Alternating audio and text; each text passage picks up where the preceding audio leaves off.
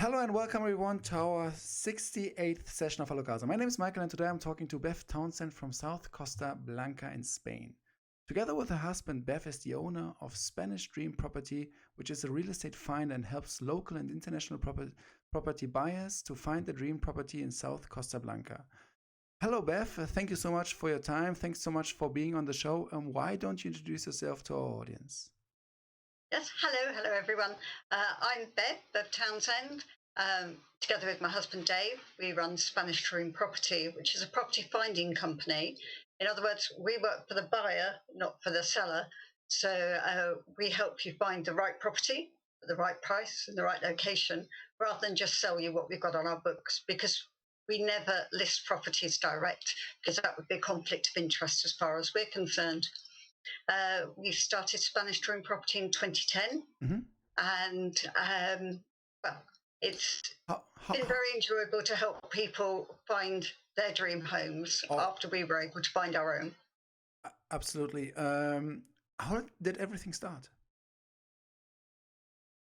I've had family in Spain for decades, so it was always my second home, always went backwards and forwards. And in 2006, we bought our first property of our own in Spain.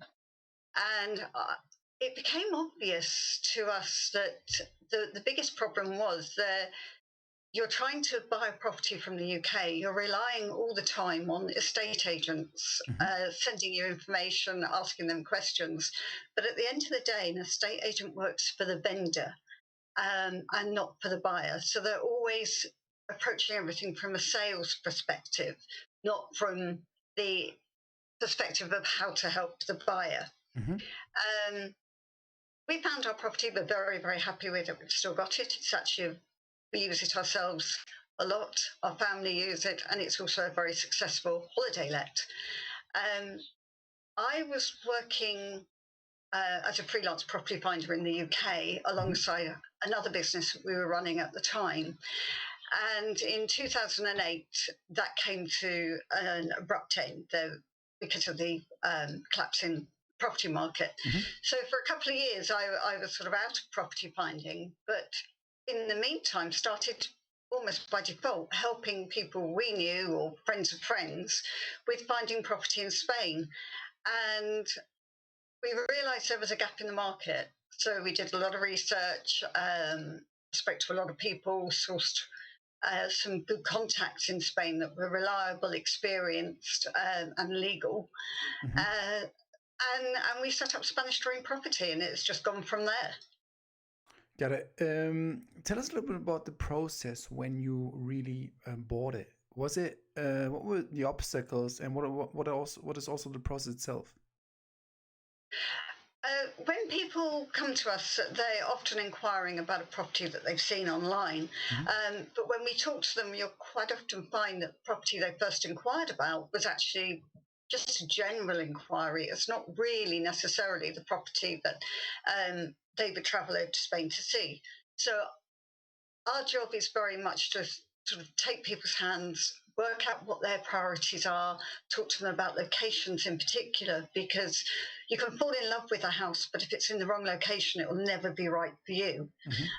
So it's really important that people understand the difference between living on the coast, living close to the beach, living in a Spanish village, or compared to a resort, or living out in the campo, in the countryside. And all those have different elements about them. So do the people want to live there full-time, part-time? Is it going to be just for a few weeks of the year, or are they going to live there for 5-6 months of the year? Are the family going to use it? Are they going to let it out for the times when they're not using it? All these things are factors that need to be taken into account and will influence what is the right property for that person to buy. Some are looking for a relocation, so you're looking for a permanent long-term home, which is very different from looking at, say, a holiday home. So it's finding out what people want, helping them come to terms with what their priorities are, but also keeping it realistic in terms of what they can get for the money they have available. It's no good selling somebody a dream of a €250,000 detached property with a private pool, if they can't afford it, we've got to find the best for their budget. And sometimes that means that, people have to rethink the location, or, because you can afford more inland than you can on the coast. But if they want the coast, maybe that's more important to them, and they're prepared to scale back on the property a bit. So there's always compromises when you're buying a property. And a lot of my job is working out with the client, obviously, with them, what really are the most important factors of their new house for them, their new home.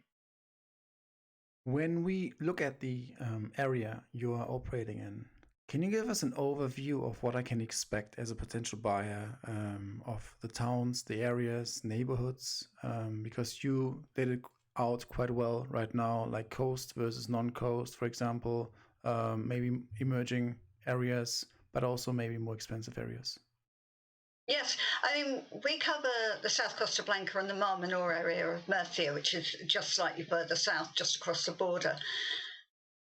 What you can buy does vary tremendously for the same money from one town to another.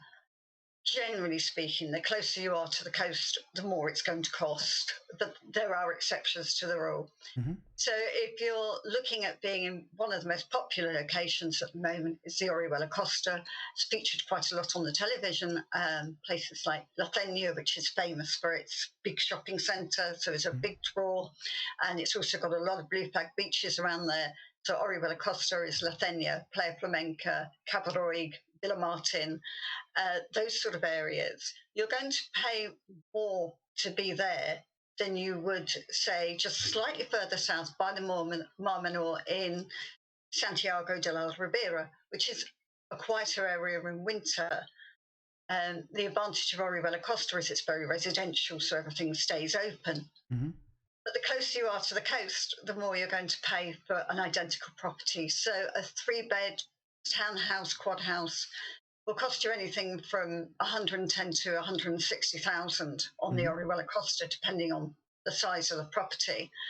Whereas if you went down to Santiago, you could knock 20,000-30,000 off that. If you went inland by 15 minutes, again, you can knock 20,000-30,000 off that price.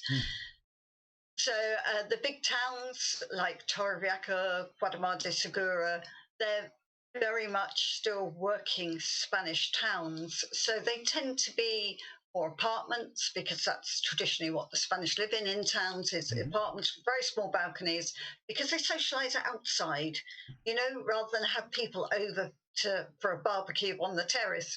In Spain, you all go out for a meal, all ages, often late at night. That's what attracts people, the family.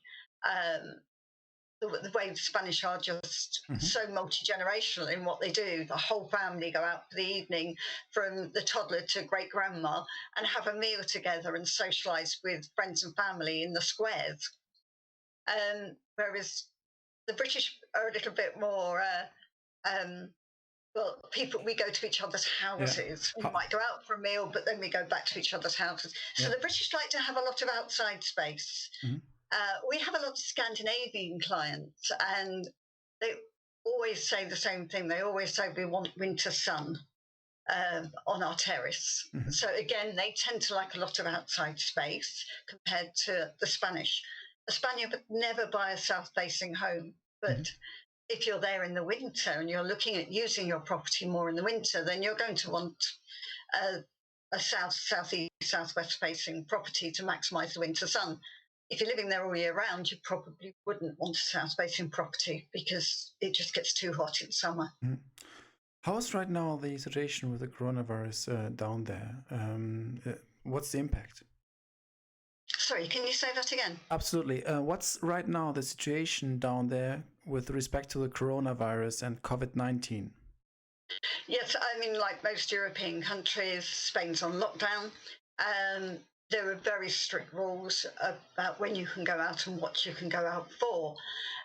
All the hotels are shut, the bars, restaurants, all that sort of thing is shut. You're only allowed to go out to walk your dog or visit the supermarket, the pharmacy. There is some other jobs going on where people can social distance while they're at work, because they work outside. sort of building sites, that sort of thing, and essential workers, obviously, all the medical staff. But in terms of for the average person who doesn't work within the medical profession or the construction, then it's very much stay at home, and it's going to be like that until at least the middle of May. Mm-hmm. Okay. That does mean, of course, that no one can view property at the moment. Yeah. But that doesn't mean to say you can't look online and start refining what you like, what you don't like, get ideas, that sort of thing. So we're working a lot with people at the moment who would normally have flown out, say, over Easter, but obviously couldn't. But we're still working on refining their criteria so that when they do go out, it's very, very specific. Do you have any, I know it's a very generic question, but still, do you have any areas which you recommend right now at this moment for potential home buyers from overseas, which have a certain pattern when they buy properties or when they look for properties down in that area? Yes, I mean, it depends why they're buying them, but if you're looking at a long-term investment aspect, then at the moment, buying 15 minutes inland is still a very, very good opportunity. Prices have gone up a lot on the coast. In fact, certain types of property have recovered their pre-2008 crash prices. Very few, but there are certain ones that have the high demand properties.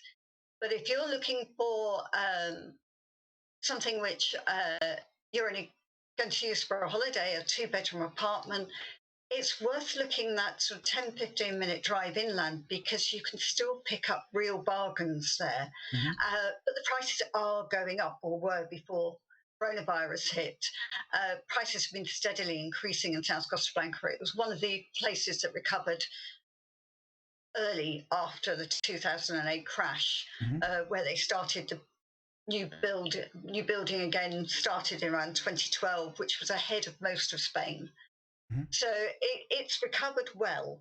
Got it. But the bargains are in the resales, not in the new builds. Very definitely in the resales. When you look back at your own process when you acquired property, what are steps which you took, and also what are advices which you would like to give potential home buyers when they decide to buy overseas in Spain? First of all, Spain has very high cost for buying and for selling as well. So it's important that you get it right first time, because of the costs involved. If you then decide that what you bought was the wrong property, you've wasted a lot of money. So it's very important people understand the costs involved. In South Costa Blanca, the tax on purchase of any property is 10% of the property value. On top of that, you're going to have your conveyancing costs, your land registry, your notary fees, that sort of thing. So you're looking at another 2,500 to 3,000 euros on top of your tax. So it's not cheap to buy to buy a property in Spain, anywhere in Spain. Murcia is slightly less tax; it's 8%, not 10%, so slight saving there. So you have to be realistic about the costs of buying, and take that into account when you're actually setting your budget. Now, the other thing to bear in mind is you need to know what you want before you go and look, because it's very easy to get carried away by something that looks wonderful. And I've heard many stories of people I've spoken to who weren't clients of ours, where they say, oh, I just got carried away and I've really overstretched myself financially. It's important that you don't do that. So that does matter. Be realistic about what you can afford, because this is supposed to be a dream, not a nightmare. You don't want to put yourself in a situation where you've overstretched yourself financially. So that's something we work a lot with people, is finding what they want within their realistic budget, and stopping people sort of getting carried away with overspending. They want to set the budget up, fine, but we always say, well, you set the budget at 150,000, that property is quite a bit over. We'll show it to you if you want, but don't go and look at it if you can't afford it, because you're being unfair on yourself then. So that there are a lot of sort of tips that we found where people have made mistakes that Got it. we spoke to people before we bought. One was a lot of people say, oh, I love the idea of being out in the country, and that they've never lived in the country themselves, in any country. So would being in the middle of nowhere really suit them when they're so used to having a shop just round the corner and neighbours to chat to? If you're an older couple, it's worth bearing in mind that you may not be able to carry on driving. So you don't want to put yourself in a situation where you're car reliant and you can't drive. Generally, properties out in the campo take longer to sell as well. They tend to be on the market for longer than properties in coastal resorts or in Spanish towns. So people need to think about exit strategy as well in years to come. How easy is that property going to be to sell at a later date if you need to sell it? The other thing we've come across with people doing is when they go out to Spain, they haven't looked at the areas on a previous visit, so that and you see this quite a lot on television programs. The presenter will say, you've not been to this region before, and they go, no, but we've looked at it online. You have to visit locations first to see what they're like for you, and if you've got the time, go at different times of year, because the way somewhere is in December is going to be very different to how it is in July and August. So bear in mind, when you're going to be at your property, if it's a permanent home, you've got to be happy to live there all year round, with and without the tourists. If it's a holiday home, then, if you're there in the winter, are the facilities still open? Some places do shut down very much in winter. So if you're using it in wintertime, you want to be in a place where there's a high residential population. So the shops and the restaurants and the businesses are all still buzzing and open through the winter months. But if you're looking at renting out the property to the holiday market, then there are a lot of considerations to take into account, because you've got to very much buy with your head as well as your heart. You're buying a business proposition, and you need to bear that in mind. Let me break down all the things you just said. You gave us a lot of information for different aspects. The fees and expenses. You mentioned that people sometimes tend to overstretch. My first question is, what's the main purpose people are buying? Is it rather for permanent stay, or is it for holiday purposes on their own? If so, are they also then renting them out when they are not there? Well, most people who have overstretched actually are buying a holiday home, from what I can make out, and then they end up renting it when they possibly didn't plan to. But the problem throughout Spain is, to rent a property now, you must have a legal letting license. Now, in some parts of Spain, that's easier to get than others. In Alicante, the regulations are really strict. So people who were able to let their properties out before the regulations came in now find that their property doesn't comply with the regulations. A simple example is what a lot of people say is a very silly rule. Now, whether it is silly or not is irrelevant. It is a rule, and that's the size of the bathroom. The bathroom has to be 4.5 meters square, your main bathroom. So if your bathroom is smaller than that, you won't get a rental license unless you can get an exception. When licenses first came in, you didn't have to have one unless you had more than 5 properties, and then it came down to if you had 2 properties, and eventually it came down to having 1. We actually already had our property license before that happened, because we saw the changes coming, and it was a really easy, straightforward process to do the license back then. In 2015, in the summer of 2015, licenses became compulsory. Now, it's totally fair to say the vast majority of people who are renting out their properties didn't get a license at that stage. There was panic stations 3 years later when the authorities started to clamp down on illegal lets, and the fines are tens of thousands of euros. They are massive. So it really isn't worth the risk of letting out that property without a license. And now the licensing system is far more complicated and can take many months to go through. So if people are looking to buy a property to rent out to the holiday market, they need to bear in mind that it's got to comply with the regulations in terms of room sizes, ceiling heights, equipment, location. You can't just get a license on any property. Got it. If it hasn't already got a license, then you need to allow yourself at least a year to get it. Wow. Okay, that's a long time. Okay. Apart from that, expenses, maintaining a property. Obviously, it always depends on the equipment and the facilities each property has. Would you say there's a rule of thumb to say you should definitely have still cash at hand for your property to maintain it, be it a percentage of the property square foot size or anything else where you say, please, you have to have like savings still on your bank account if you just own a property, because things can always happen. Yes, so you've got to bear in mind that even if you're not using the properties, you're still going to have to pay your standing charge on your electricity, on your water. You're still going to have communal fees, your EB tax, which is like the British would call it a council tax, although it's quite relatively small in Spain. But community fees vary immensely. If you're on a small community with just one pool and a few communal paths to maintain, your communal fees, even for a 3-bed house, might be as low as 250, 300 euros a year. They're more likely to be closer to 500 to 600 euros a year. If you're on a golf course, you can double, even triple that amount. Wow.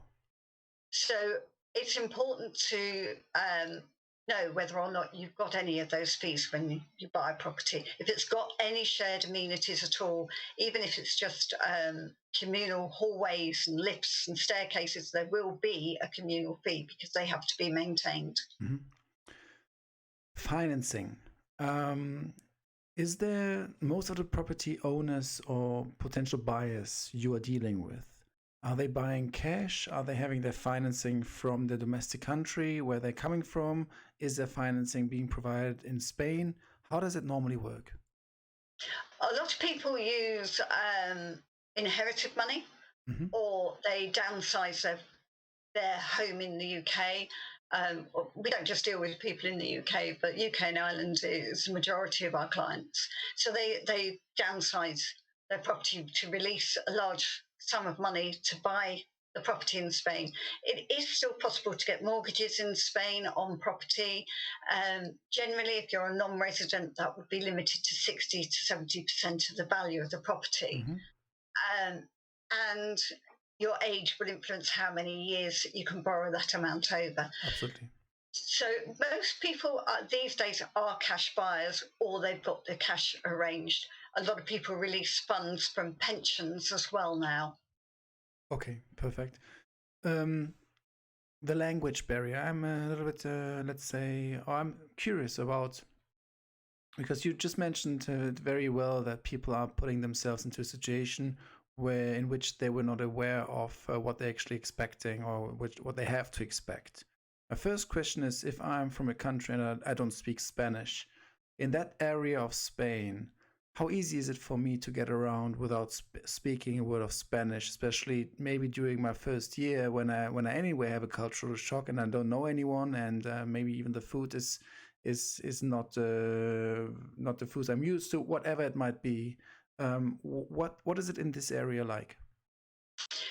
First of all, it's very international. So you've got people from all over Europe in South Costa Blanca. It's very popular with all Northern Europeans, as well as with the Spanish. So you get so many different languages. What tends to happen is Spanish is the first language, but because the Scandinavians also, and the Dutch all speak brilliant English, English tends to be a second language out in Spain. When you buy, it's important that you use a bilingual solicitor and that everything that you sign has been officially translated into your mother tongue. So if for instance, when we are using,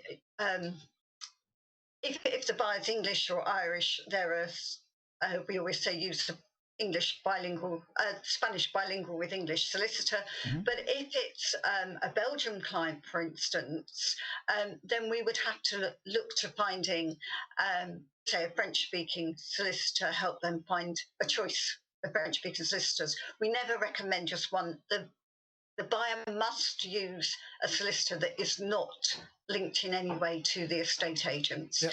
And so quite often we'll recommend they contact 2 or 3 different solicitors that are not in any way really related to or work with that estate agent. And then the buyer chooses themselves through that contact which solicitor they will work with. But it will always be somebody who has the ability to talk to them in their own native language. Got it. So that's really, really important. When you get to Spain, as I said, English is very much a second language in that area because it's somebody from Sweden will speak English, but not necessarily Spanish. So they'll actually communicate with the Spanish and English, if that makes sense. Yeah. So you will need to learn Spanish if you're going to live there. I'd always recommend that. But you don't necessarily need to be fluent before you get there. You can have lessons. And in actual fact, if you're going out and not working, then you've got plenty of time to give to those lessons. And it's something that you should prioritize when you get there. Got it. Okay. Perfect. No, It enhances life if you can speak to the Spanish people up and say, I want to integrate. Well, you've got to get fluent in the language if you're going to integrate.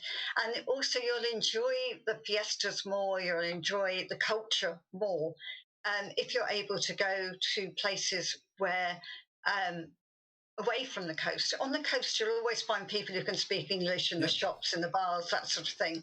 But once you get away from the coast, you need to be able to speak Spanish. I also think it's super important if you move abroad, that should be also your motivation to indulge yourself into the culture which you find over there. Otherwise, you can stay at home and you get a good lamp, and then you just feel the sun, the artificial sun, in your domestic country. So I think it's super important to learn the language in order to really mingle with the local culture and also to get to know. Well, if you're going to really get involved with living the Spanish lifestyle, you need to be able to speak Spanish. Absolutely. You're never going to integrate if you don't, and you miss out on so much of the culture because you'll stay within the expat bubble rather than experience Spanish life. Yeah, absolutely. You have a lot of clients, and the way it sounds, you have a very strong community around this entire topic, around your service offerings. Give us an overview how everything started around building your business, and what also the obstacles were there in creating this community, and how were also maybe what's your secret sauce in order to become such a driving force for international people who want to buy in this area? Why do people want to buy that? The weather. People are always drawn by the weather, but also by the culture, which they say they want to be a part of, so they have to speak the language. Running a business in Spain, a lot of people go to Spain to do that. And it's not easy to run a business anywhere. So you have to be dedicated to what you do and to looking after your clients. With our clients, if they're moving to Spain to retire, they're looking for a different sort of lifestyle to those who are moving with families, and they need schools, they need work. And for those who are moving with a view to running a new business out there, then we do encourage them to do a lot of research with regards to the business side of things first, which we can help to a degree, but they've got to know where they want to take it and know what they want to do with it. Absolutely. As you would with any business anywhere. So, yes, if you're moving to another country, either part-time or full-time, it's not something to do lightly. It's something you really need to think through and talk through. It's a fresh start. Yes, it's exciting. Yes, it's exhilarating in many respects, but it's also a massive, massive pull on the heartstrings to leave your family in a different country and go and do something new for yourself. Got it. You are first and foremost you are property finder, but you're also expert what you just revealed about, for example, renting out your apartment as a home, as a holiday home. What are all the services you are offering to potential real estate buyers in South Costa Blanca, apart from finding the real estate itself? Well, obviously, our primary job is to find that right house for them. Mm-hmm. But because we tend to stay in touch with our clients, we get to know them. Whereas you don't get to, estate agents don't get to know their clients. As a property finder, you do. You become friends with some of our old clients. You know, they're now people we have dinner with. Mm-hmm. So there is a lot more to it. You're alongside them while they're going through the buying process, perhaps explaining things to them. You're helping them when they first get there to source new things for the house. They might often say things like, well, we'd like a new table and chairs, but we can't afford a new one. Is there a good second-hand shop, you know, sort of where we can go? So we'll take them to the second-hand shop, you know, and to a couple of good ones.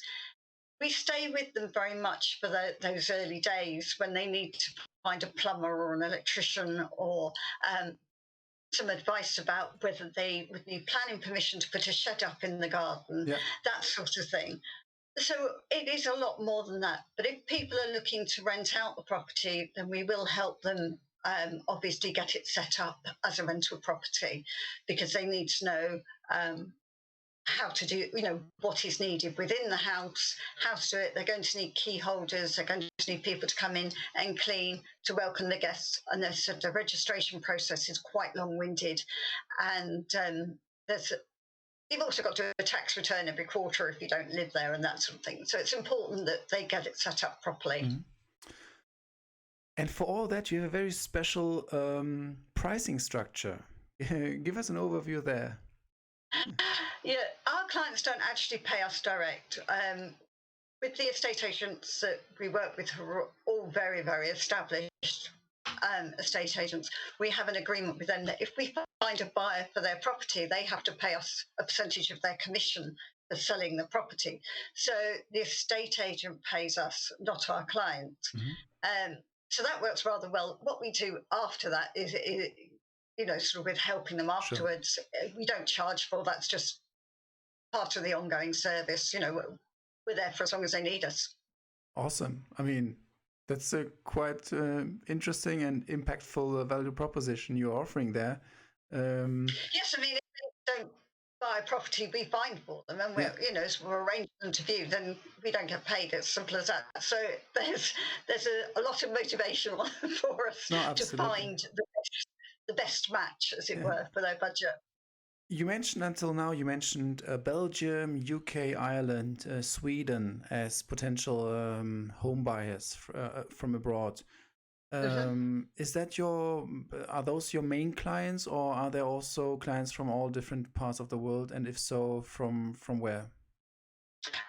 All over Europe, although predominantly, as I said, England, Ireland, and Norway and Sweden, mm-hmm. and the Netherlands. But we do have French clients. I've got a couple of contacts who are fluent in French because I'm not. Mm-hmm. I can read French. I'm useless at writing it. So I call on people I know in Spain to do a lot of the work with them. I'll still do the property finding, but they'll mm-hmm. meet them out there and actually show the properties and be able to speak to them in French, which I can't do. Italians, Germans, again, same relationship. I know people who speak their languages fluently or are a native mm-hmm. of Germany, Italy, whatever. So they can speak to them in their own language, which is really important. Mm-hmm. And we do actually have clients who already live in Spain as well. Again, all nationalities. Mm-hmm. Occasionally, Spanish people come to us as well. Yeah. Because they're moving back to Spain, they haven't got time to fly backwards and forwards to sort things out. So that they'll use somebody who's a property finder, even though they're Spanish themselves and maybe they're living in another country at the moment. Also got a couple of Canadian clients at the moment, mm-hmm. But that's a fairly new market. Yeah. The North American market is fairly new. I was about to ask you if you see like any trends within the last, I don't know, year or 2 years that you say, okay, interestingly, there's like a certain country where I see like more demand coming from, and that's then North America, maybe. Yes, as I said, it's sort of an opening up market now. We're getting a few inquiries coming in from Canada. The other group of people that we tend to serve as well are British people who have been working abroad, particularly around the Gulf states, where they've lived in hot countries for some time with their work. They're now retiring. They don't want to come back to the UK, but they want to be relatively near family. So instead of being sort of 4 or 5 hours flight away, they'd rather just be a couple of hours. So people who are returning after years of working in the Gulf states just don't want to come back to a cold, wet, windy Britain. Got it. Is there anything... They want to stay somewhere that's warmer. Understandable. Is there anything I have to take care of when I expatriate, when I go to Spain, maybe as a person from the UK? I don't know, tax-wise, legal-wise, do I have to go to the local municipality and declare myself as being a resident over there? What do I have to take care of there? Yes, I mean, there is a process, obviously, for becoming a resident. You can stay in Spain for up to 90 days without being a resident. After that, you do have to go and apply for residency. We recommend that you get somebody to do this for you, because unless you're fluent in Spanish, filling out the forms can be a bit of a nightmare. The Spanish are renowned for their red tape, for their forms, everything in triplicate. You have to take a form from this department to that department. You think, well, why? It's no good asking why, you just have to. And then you have to go and pay the fee at the bank and then go back to the department to show that you paid the fee. So for peace of mind and stress levels, we often say, use a professional to do that side of things for you, because compared to most countries, it's a relatively small fee to at least do some of it, so that you know that you're doing it correctly. If people are over there on holiday, the regulations over a holiday letter, the same as for a hotel, that the person who is responsible for checking you in must actually file your details with the Guardia Civil. So they will need to see your passport if it's a legal let that you're staying in. That's for guests staying at if I'm renting out, you mean? Got it. Yeah, so even if you're going just to look for a property, if you're staying in a self-catering facility, you will actually be registered as staying in Spain on a temporary basis with the Guardia Civil, or you should be, by the proprietor or the key holder of the property. Got it. And one of the things we do for our clients is actually, particularly in low season, we allow them to use our house. What we say is, well, there's a nominal fee, because otherwise people would take advantage. There's a nominal fee which is refunded when you complete your purchase, and that just gives people the chance to sort of try before they buy. Stay in the community rather than stay in a hotel. A lot of the big estate agents do viewing trips, and these are often very, very controlled environments where you stay in a hotel which is away from everything. Your assigned person will meet you straight after breakfast, stay with you all day, take you back to this fairly isolated hotel in the evening, maybe even have dinner with you. So the only time you get to discuss things on your own is late in the evening back in your hotel room. We don't think that's a very fair way of operating.